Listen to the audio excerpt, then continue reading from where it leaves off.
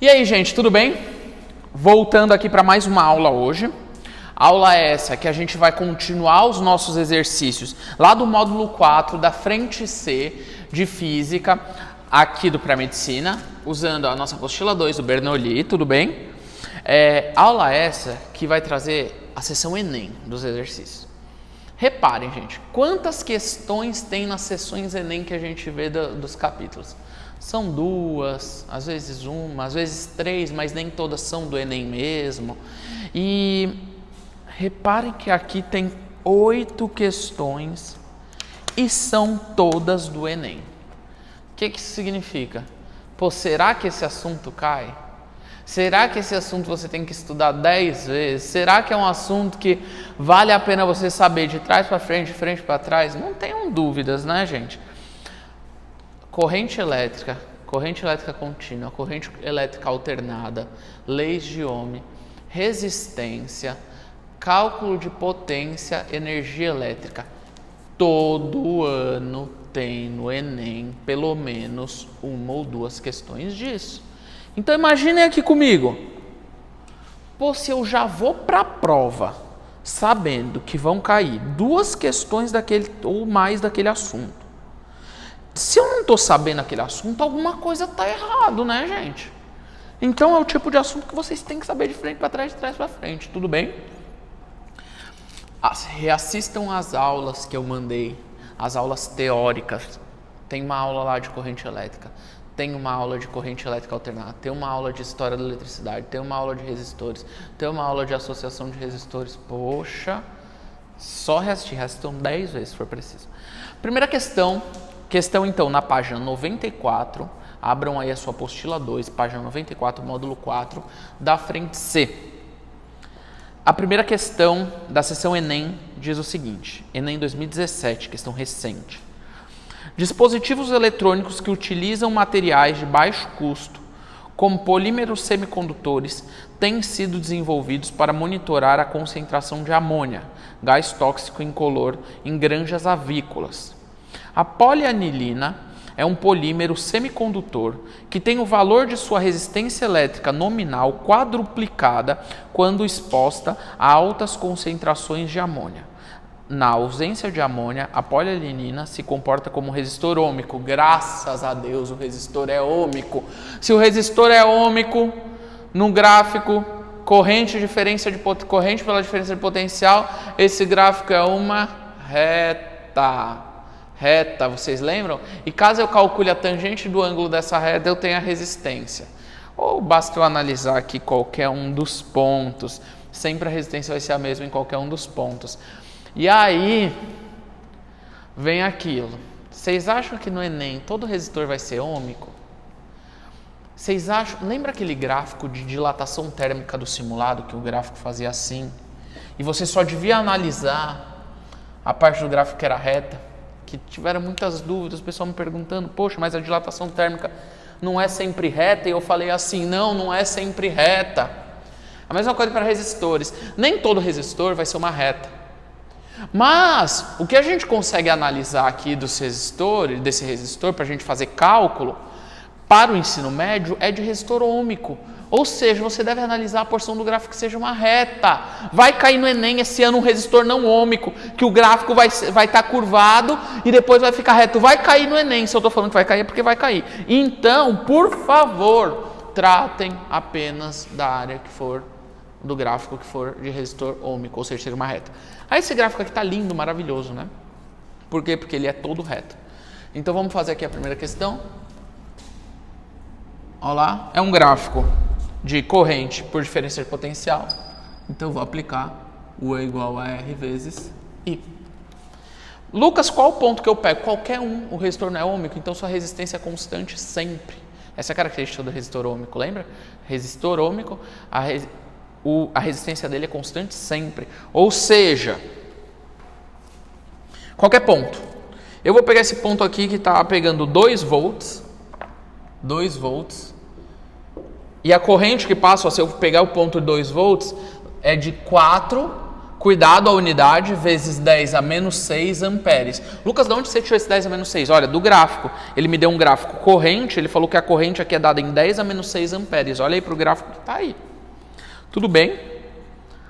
Ou seja,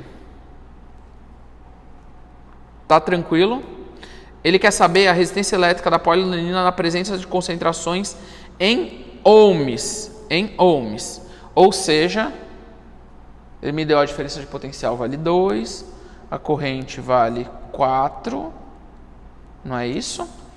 Portanto, ele vai me dar, vai ficar assim, 2 é igual a R, desculpa, deixa eu passar esse aqui dividindo, ficou assim, ó, resistência é igual a 2 sobre 4 vezes 10 a menos 6 ohms. Tudo bem? Tranquilo. Ei, cuidado! Olha, quase que eu ia cair na pegadinha. Vocês caíram? Ele falou assim que essa resistência, ela quadruplica. A resistência quadruplica. Mas na ausência, ela diminui. Aí o que ele quer saber é o valor da resistência na presença da polialanina. Beleza, então vamos calcular a resistência. Ó, a resistência aqui deu assim, deu 2 dividido para 4, 0,5. 10 a menos 6 quando passa para cima, 10 a sexta ohms. Ou seja, essa resistência aqui é 5 vezes 10 a menos, ou 10 a quinta. Estão comigo? Ohms. Aí a pessoa vai o desavisado e marca a letra D, né? Só que isso aqui é a resistência da polialanina. Mas ele falou assim, que ele quer a resistência quando ela está em presença de altas concentrações de amônia. E ele falou que quando está com altas concentrações de amônia, essa polialanina quadruplica a sua resistência. Então eu tenho que pegar isso aqui e multiplicar por 4. Ó a pegadinha, que chato, né? Portanto, essa resistência aqui ficou 20 vezes 10 a quinta, que é a mesma coisa que 2 vezes 10 a sexta ohms. Aqui a gente fica com a letra E de elefante. Chata pegadinha, né, gente? Mas vai dar tudo certo, tá bom? Só não tentar não cair nisso, né? Que é um pouquinho difícil, eu entendo vocês. Vamos lá para a questão 2? Questão 2, deixa eu passar aqui um traço aqui. Questão 2 diz assim: uma lâmpada de LED, um diodo emissor de luz, que é isso que significa LED, que funciona com 12 volts e corrente contínua de 0,45 amperes, produz a mesma quantidade de luz que uma lâmpada incandescente de 60 watts. Ou seja, a potência dele de 60 watts, a potência de luminescência de 60 watts, só que com uma potência muito menor. Ou seja, produz a mesma luz, só com uma potência menor. Aí ele quer saber qual é o valor da redução da potência consumida ao se substituir uma lâmpada incandescente pela de LED. Olha lá, ele quer a potência e ele me deu o U e o I. Piu. Potência é igual a 0,45 vezes 12. Aí, ó, 0,45 vezes 12 fica assim, né, ó. 0,45 vezes 10, isso aqui é a mesma coisa que isso aqui, vocês concordam, gente? Ó como é que faz esse tipo de conta aqui, só que dá pra fazer até de cabeça, ó. Vocês concordam com isso? Que 0,45 vezes 12 é a mesma coisa que 0,45 vezes 10 mais 0,45 vezes 2, e 0,45 vezes 10 é 4,5, e 0,45 vezes 2 é 0,9, 0,9 com 4,5 é 5,4. 5,4 watts. Como ele quer saber a redução, basta eu pegar 60 e diminuir 5,4, que dá 54,6 watts, letra A. Fácil? Qualquer dúvida aí vocês pausam, voltam, vantagem do vídeo. Questão 3. Vamos lá, próxima questão. A questão diz assim: um eletricista deve instalar um chuveiro que tem especificações 220 volts E a potência do chuveiro varia entre 4.400 watts e 6.800 watts, tudo bem? Para a instalação de chuveiros, recomenda-se uma rede própria com fios de diâmetro adequado e um disjuntor, dimensionado à potência e à corrente elétrica previstas, com uma margem de tolerância próxima de 10%. Os disjuntores são dispositivos de segurança utilizados para proteger as instalações elétricas de curtos-circuitos e sobrecargas elétricas e devem desarmar sempre que houver passagem de corrente elétrica superior à permitida pelo dispositivo. Para fazer uma instalação segura desse chuveiro, o valor da corrente elétrica máxima do disjuntor deve ser de... Então, gente, para que serve o disjuntor? Quando fala assim, lá em casa caiu o disjuntor, para que ele serve? Quando passar uma corrente que é muito maior do que a sua casa vai suportar, os seus aparelhos elétricos vão suportar, esse disjuntor desliga a corrente, ele cai. É o famoso caiu o disjuntor, ele desliga. Na hora que ele desliga, para de passar corrente. Tranquilo? Então, vamos analisar aqui.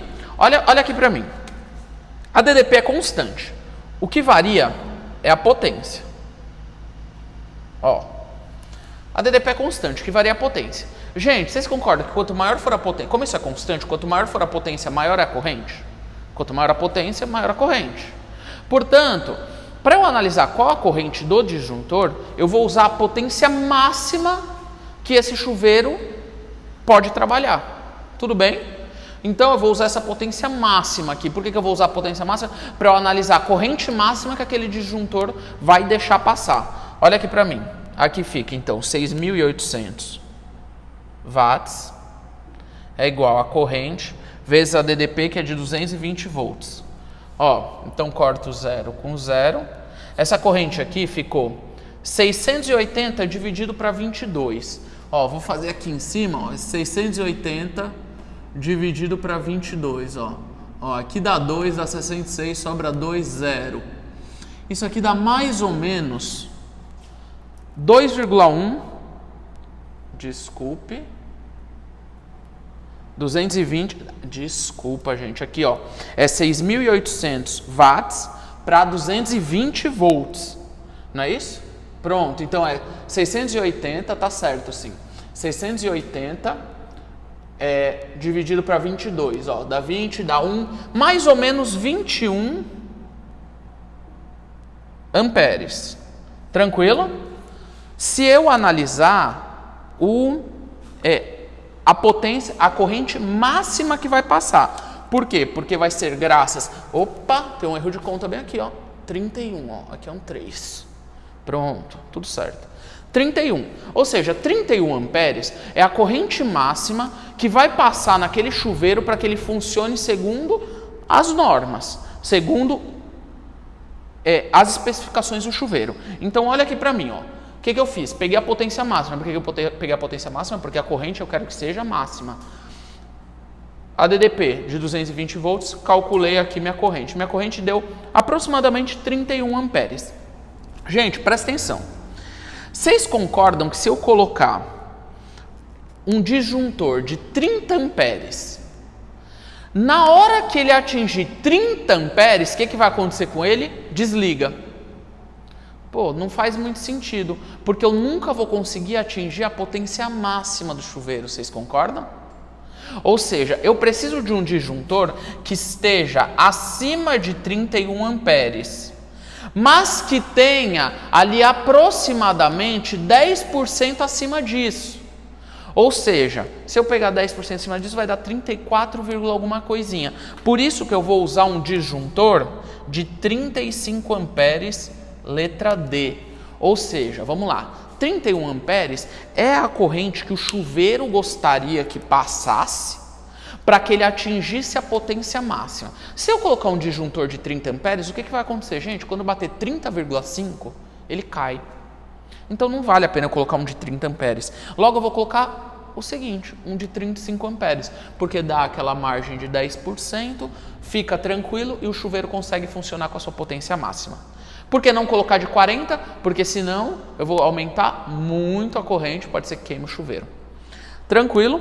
Vamos para a questão 4. Questões agora que vão ficar um pouquinho mais teóricas, tá bom? Então as questões de conta do Enem, ótimas questões, questões com pegadinha. Então cuidado com isso, tá bom, gente? Era bem óbvio que essas pegadinhas viriam, tá? As questões são fáceis, então vai aparecer pegadinha. Olha aqui, a questão 4 diz assim: o chuveiro elétrico é um dispositivo capaz de transformar energia elétrica em energia térmica, o que possibilita a elevação da temperatura da água. Um chuveiro projetado para funcionar a 110 volts, lembra que eu falei que é mentira, chuveiro não funciona a 110 volts. Por que chuveiro não funciona a 110 volts? Não é que não funciona, mas a gente não coloca, porque senão ia precisar passar uma corrente muito grande, tá bom?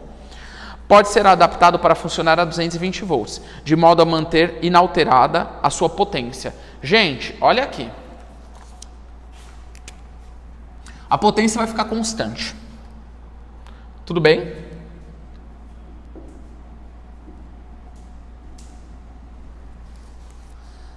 Aí ele quer que você compare o material, se você vai dobrar o fio, ficar metade do fio, o quádruplo do fio, aumentar a área do fio, etc. Ou seja, ele quer que você analise a resistência, tudo bem?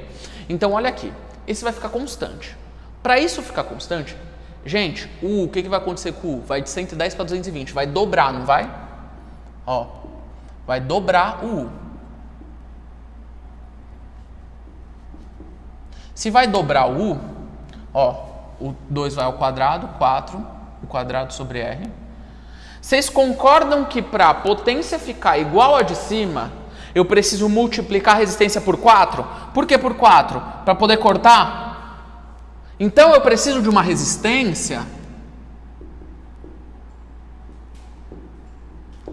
4 vezes maior. Agora vamos analisar a formulinha da resistência. É a rola. Cuidado. Rola. Estão comigo? Aí, olha lá. Eu preciso multiplicar a resistência por 4. Então, o que eu posso fazer? Dobro o fio. Se eu dobrar o fio, eu multiplico por 2. Não adianta. Metade do fio. Aí a resistência vai dividir por 2. Também não adianta. Metade da área do fio. Aí vai dividir a resistência por 2. Não adianta. O quádruplo da área do fio vai dividir a resistência por 4. Agora, a quarta parte da área da seção do fio, se eu pegar essa área e dividir por 4, esse 4 passa multiplicando e vai ficar 4 ρ L sobre A, que é exatamente o que eu queria, uma resistência 4 vezes maior. Por isso que eu tenho que dividir a área da seção do fio por 4, letra E de elefante. Estão comigo? Questão, ó. Linda, analisou a potência, analisou resistência. Lucas, dá para ir para o Enem sem saber a fórmula? Dá, só não passa. Ir para o Enem você pode ir. Agora, ir para o Enem, agora me falar assim, eu vou para o Enem. Não, chegar lá eu deduzo a fórmula. Ah, pronto. Então não precisa nem fazer o Enem. Você é um aluno que não vai precisar fazer o Enem, porque você vai deduzir as fórmulas tudo. Caramba, esse aí pode passar direto. Gente, fórmula tem que saber fórmula. Não existe mimimi de não saber fórmula. Ah, mas não tem, o professor falou que não precisa saber as fórmulas. Vai acreditando? Vai para ver? Bora, questão 5. Para ligar ou desligar uma mesma lâmpada a partir de 2 interruptores, conectam-se os interruptores para que a mudança de posição de um deles faça ligar ou desligar a lâmpada, não importando qual é a posição do outro. Essa ligação é conhecida como interruptores em paralelo. Óbvio, graças a Deus, né? Porque o que não pode acontecer, igual um colega meu que foi fazer a instalação do chuveiro dele, na verdade ele foi fazer um aterramento. Aí ele foi fazer o aterramento do chuveiro, na hora que ele ligava o chuveiro, as lâmpadas de casa acendiam. Aí, meu amigo, na hora que desligava o chuveiro, apagava as lâmpadas. Espera aí, a gente faz associação de interruptor justamente para você ligar um interruptor e ele acender a lâmpada, ligar o outro e poder acender a mesma lâmpada, independente se um está ligado ou desligado, tudo bem? Este interruptor é a chave de 2 posições constituídas por um polo de 2 terminais, conforme mostrado pelas figuras de um mesmo interruptor, ou seja, 2 chaves. Na posição 1, a chave conecta o polo ao terminal superior, e na posição 2 a chave conecta ao terminal inferior. Aí ele quer saber qual aí desses que dá certo. Gente, é fácil, basta pensar assim, eu vou ter que mexer em qualquer um dos dois e fazer com que a lâmpada acenda. Ó a letra A.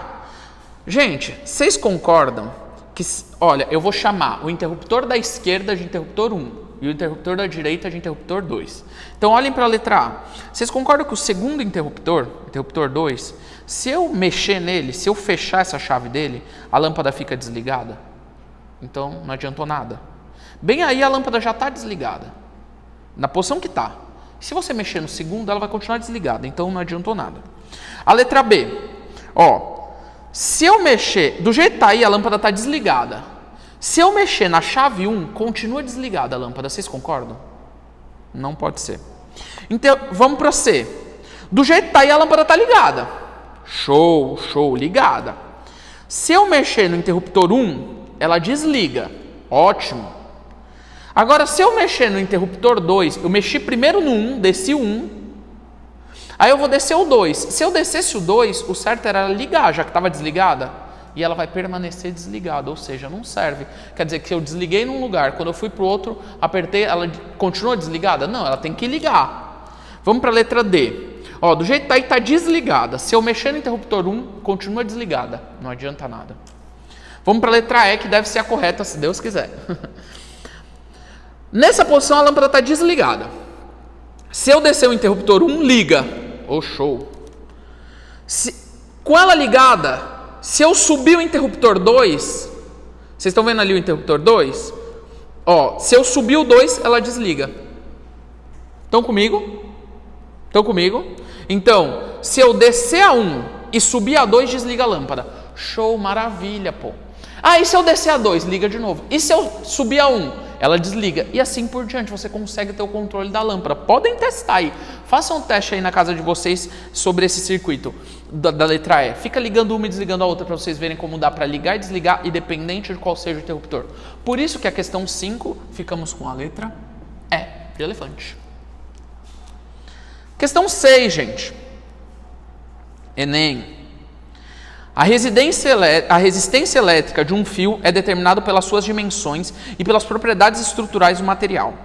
A condutividade caracteriza a estrutura do material, de tal forma que a resistência de um fio pode ser determinada conhecendo-se o L, o comprimento, que é o comprimento do fio, e a área da seção reta.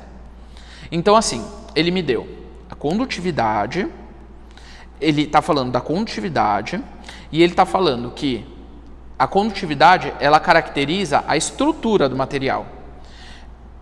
E a resistência ela pode ser determinada por L e por A, que a gente já sabe disso. Ótimo. A tabela relaciona o material e sua respectiva resistividade em temperatura ambiente. Olá, gente. Quanto mais condutor, aí... Ele está falando assim, ó, condutividade. Essa condutividade, ó, ele colocou ó, do alumínio, do cobre, do ferro, da prata, etc. Mantendo-se as mesmas dimensões geométricas, ou seja, fios iguais. O fio que apresenta menor resistência, gente, é só saber o conceito de resistência. Resistência não é quanto você consegue não conduzir corrente, impedir a condução da corrente elétrica, não é isso? Ou seja, vocês concordam que quem tem maior resistividade é quem tem menor condutividade? Ou seja, quem conduz melhor tem menor resistência. Não é óbvio? A gente não fala assim, materiais dielétricos, materiais que são isolantes têm resistência muito alta, então materiais condutores têm resistência muito baixa. E o melhor condutor aí é a prata, portanto a prata é que tem menor resistência, muito fácil. Letra E de elefante também. Ó que show, gente. Então, se você comparar aí prata, ouro, cobre, excelente o quê? Condutividade elétrica, baixa resistência. Ah, Lucas, então por que não faz o fio de prata ao invés de fazer de cobre? Ué, faz lá da sua casa, vê quantos dias dura. Porque roubam rapidinho, meu amigo. Prata é caro, metal mais nobre, mais raro de se encontrar. Tudo bem? Então, por isso se faz de cobre, que não é barato. Inclusive, tem ladrão de fio de cobre, por incrível que pareça. Aí tem máfia em cima de fio de cobre, tá bom? Vamos para a questão 7? Questão 7, aqui já na nossa sessão Enem, página 96, módulo 4, frente C de Física, Lucas Ribas. Um curioso estudante empolgado com a aula de circuito elétrico que assistiu na escola resolve montar sua lanterna, utilizando-se da lâmpada e da pilha retiradas do equipamento e de um fio com as extremidades descascadas, faz as seguintes ligações com a intenção de acender a lâmpada. Oh, maravilha, ele quer acender a lâmpada. Tendo por base os esquemas mostrados, em quais casos a lâmpada acendeu? Vamos lá? Gente, lâmpada. Tá aqui, ó. Incandescente. Ó, aqui tem a rosca e aqui tem a extremidade. Onde se ligam os fios para acender uma lâmpada? Um fio na rosca, um fio na extremidade. Tudo bem? Como não é mais assim, né? As lâmpadas hoje em dia não são mais incandescentes, mas elas continuam mantendo esse padrão de rosca, do fio se ligando à rosca, tudo bem? É o mesmo padrão.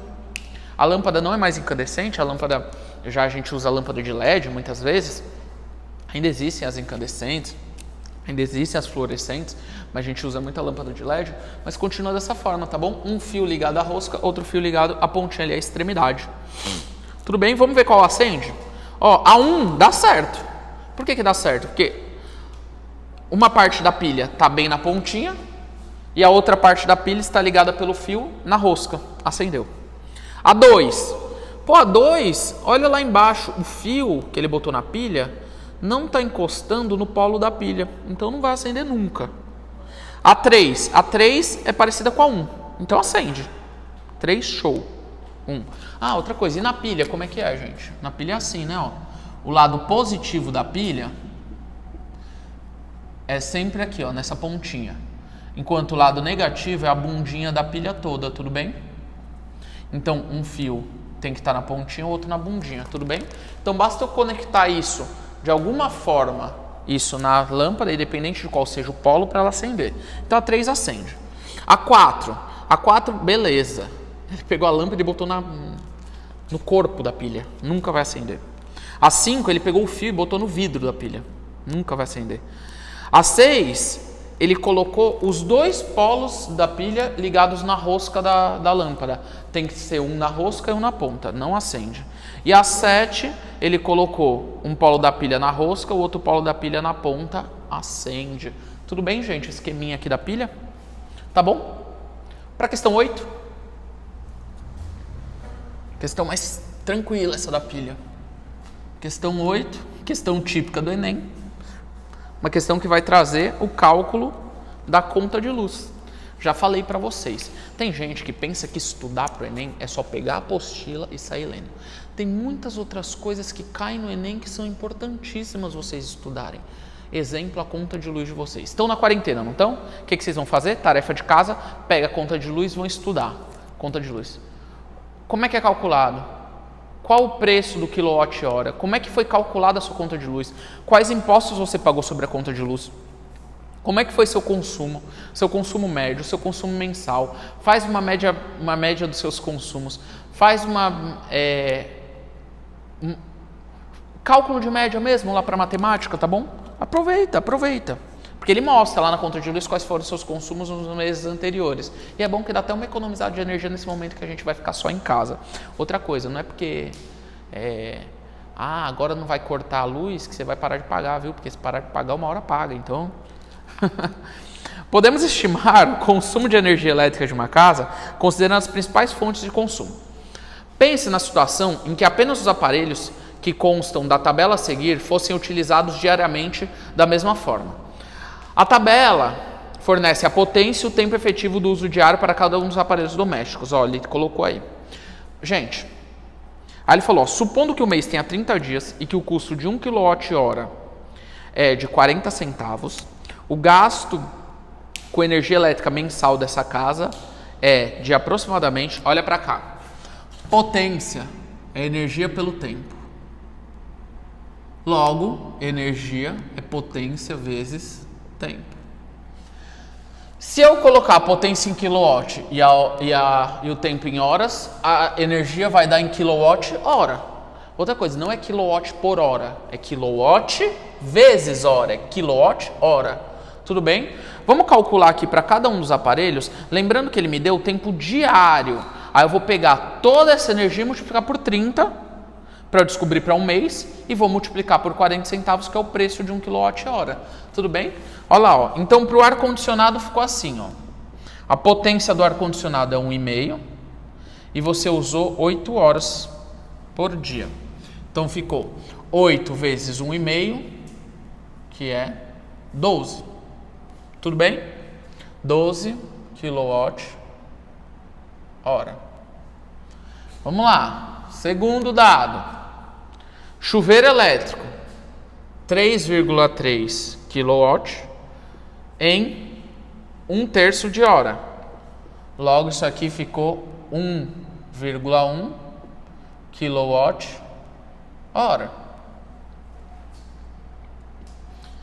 Próximo, freezer, 0,2 kW, usando 10 horas por dia.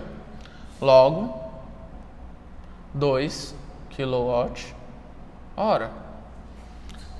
Próximo, geladeira. Geladeira, 0,35 kW, usado durante 10 horas. 3,5 kWh. Próximo, lâmpadas. Próximo e último, lâmpadas. Tem a potência de 0,1 kW, usado por 6 horas. Então, deu 0,6 kWh. Beleza, agora vamos calcular aqui a energia total. Basta somar de todos os aparelhos. Isso é por dia, hein? 12 com 1,1, 13,1. Com 2, 15,1. Com 3,5, 18,6. Com 0,6, deu 19,2 kWh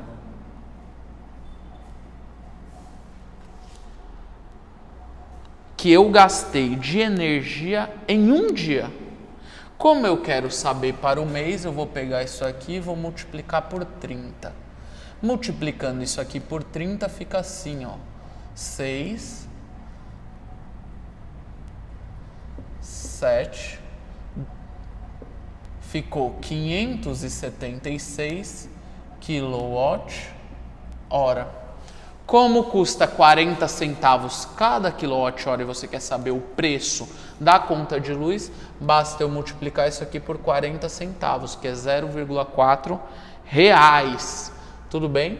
Ó, isso aqui deu 4, sobe 2, 28, 30, sobe 3, 20, 230,4 reais, o que me dá a letra E de elefante. Gente, eu espero que vocês tenham gostado aqui dessa resolução de exercícios da sessão Enem. Repararam o tanto de questão que tem na sessão Enem? Ou seja, assunto extremamente, muito presente no Enem. Por favor, estudem muito esse assunto, muito mesmo. Tentem fazer as questões, façam, porque vocês têm total capacidade de fazer as questões dos exercícios propostos. Ainda pegarei um momento para tirar as dúvidas dos exercícios propostos, tudo bem, gente? Continuem acompanhando as nossas aulas. Semana que vem a gente volta com aula teórica e aula de exercícios. Muito obrigado, fiquem bem.